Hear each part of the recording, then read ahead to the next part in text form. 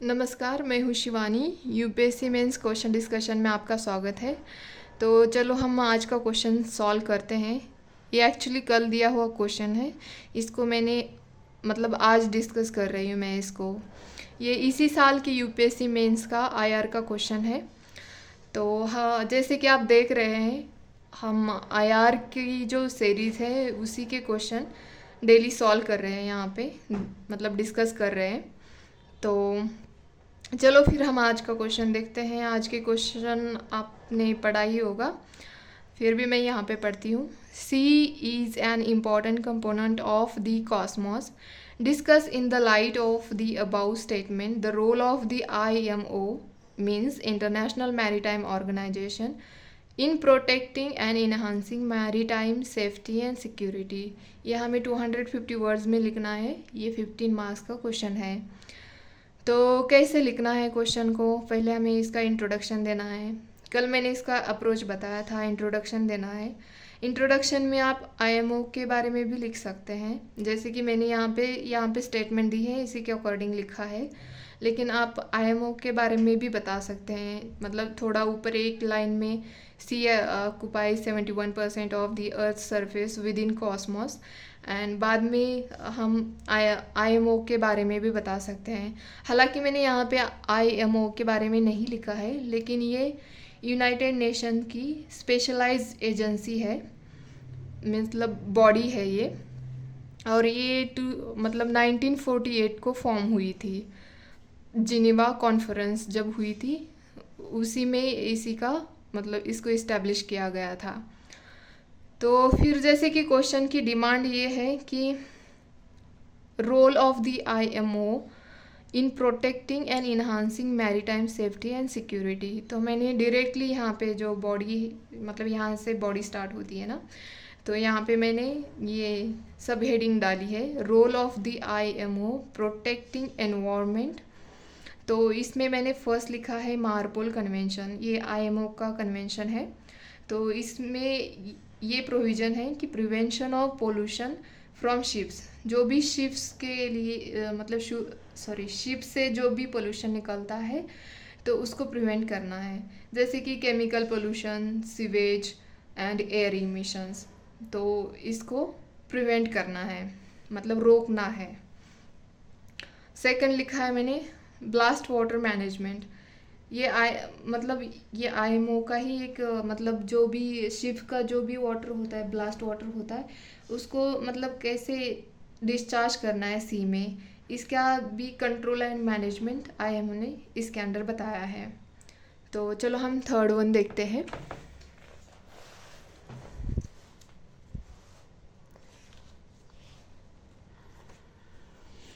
और मेरी एक रिक्वेस्ट है, अगर आपको ये डिस्कशन अच्छा लगता है तो please like, share, comment, subscribe, ताकि इससे ना मेरा मोटिवेशन बढ़ता है। तो चलो यही रिक्वेस्ट है मेरी। थर्ड देखते हैं। IMO set emission control areas. IMO ने एमिशन कंट्रोल करने का एक एरिया डिसाइड किया जहाँ पे stringent emission limit to reduce sulfur nitrogen oxide emission from ships। Ship से जो भी सल्फर का, नाइट्रोजन ऑक्साइड का जो भी इमिशन होता है उसको कंट्रोल करने के लिए ये EC एज एरिया सेट किया गया है IMO के द्वारा। एग्जाम्पल यहाँ पे दिया है कि इन 2021 IMO adopted a strategy to address marine plastic litter from ships। तो जहाँ भी आपको लगे तो वहाँ पे एग्जाम्पल देना ज़रूरी है। एग्जाम्पल देने से आपका जो आंसर है वो बहुत ही ज़्यादा एनरिच बन जाता है और मार्क आने की ज़्यादा आने की संभावना होती है। तो फोर्थ है energy efficiency regulation. To improve the energy efficiency of ships, reduce greenhouse gases emission. मुझे लगता है आपको सबको पता ही होगा ग्रीन हाउस गैसेस होते क्या हैं। तो ग्रीन हाउस गैसेस उसमें से कार्बन डाइऑक्साइड है, मीथेन है, नाइट्रस ऑक्साइड है, ओजोन है।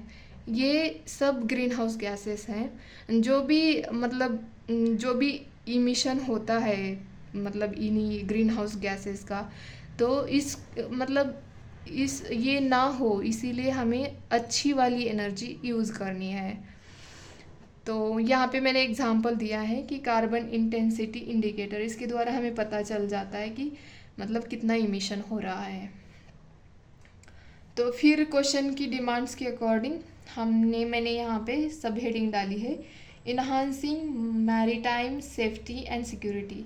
हालांकि आप इसको अलग भी कर सकते हैं यहाँ पे, जैसे कि फर्स्ट में मैरीटाइम सेफ्टी और सेकंड इसमें मैरीटाइम सिक्योरिटी, ऐसे भी आप सब हेडिंग डाल के उसके पॉइंट लिख सकते हैं। बट मैंने यहाँ पे एक ही मतलब एक साथ ही लिखे हैं, जहाँ पे यहाँ SOLAS कन्वेंशन है, ये SOLAS convention for the safety of life at sea, मतलब सी के अंदर जो भी लाइफ है उसकी सेफ्टी के लिए है। अगर जाते हैं ना सी के अंदर, तो हमारी भी लाइफ की सेफ्टी इसके अंडर आ जाती है।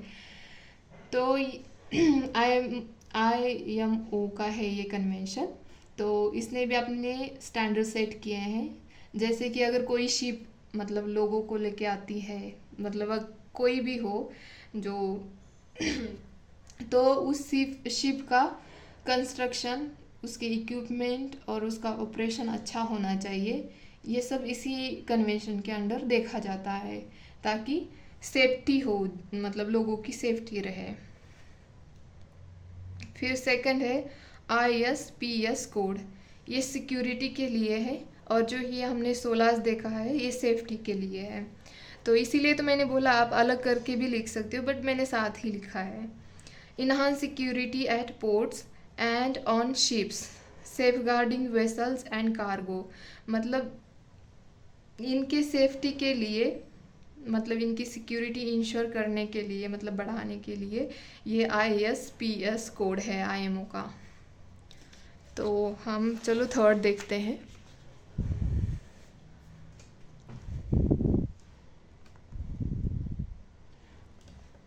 तो यहाँ पे थर्ड है पायरेसी एंड आर्म्ड रॉबरी, मतलब रॉबरी जो होती है ना सी में, जैसे कि सोमालिया के वहाँ पे बड़ा फेमस है, वहाँ पे पायरेसी की एक्टिविटीज़ ज़्यादा होती रहती है।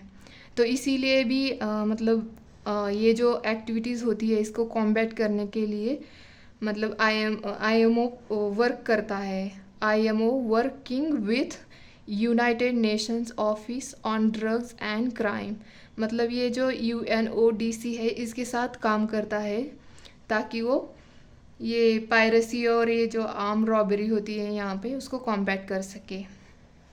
तो फोर्थ है IMO's सर्च एंड रेस्क्यू, ये सार जो है ये प्लान है एक IMO का, ये ग्लोबली प्लान चलता है, ताकि जो भी मिसिंग होते हैं उनको सर्च कर सकें। जैसे कि वो अभी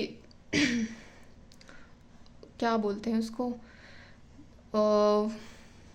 नहीं याद आ रहा है, बट ठीक है जब याद आएगा तो मैं कमेंट बॉक्स में बता दूंगी। Help in search and rescue service are available globally and improving safety of maritime navigation, मतलब ये इंश्योर करता है कि मतलब जो भी अगर कोई मिसिंग होता है या कोई मतलब डेंजरस सिचुएशन में होता है तो उसको रेस्क्यू करना है, इसीलिए ये प्लान है। तो फिर मैंने यहाँ पे स्मॉल सा कंक्लूड किया है यहाँ पे, हालांकि आपको पसंद आ जाए। Although regulation, international collaboration, IMO ensuring maritime security and preserves the marine ecosystem, reduce greenhouse gases. These endeavors are very important for Earth's well-being and economic development.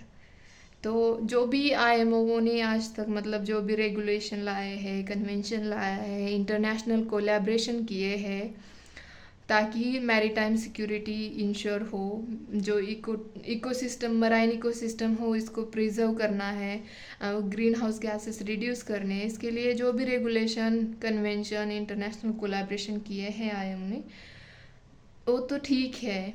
But these मतलब ये जो सब जो भी इन्होंने इनिशिएटिव्स लिए हैं, गाइडलाइंस दी है, ये सब इम्पॉर्टेंट है अर्थ के वेलबींग के लिए एंड इकोनॉमिक डेवलपमेंट के लिए।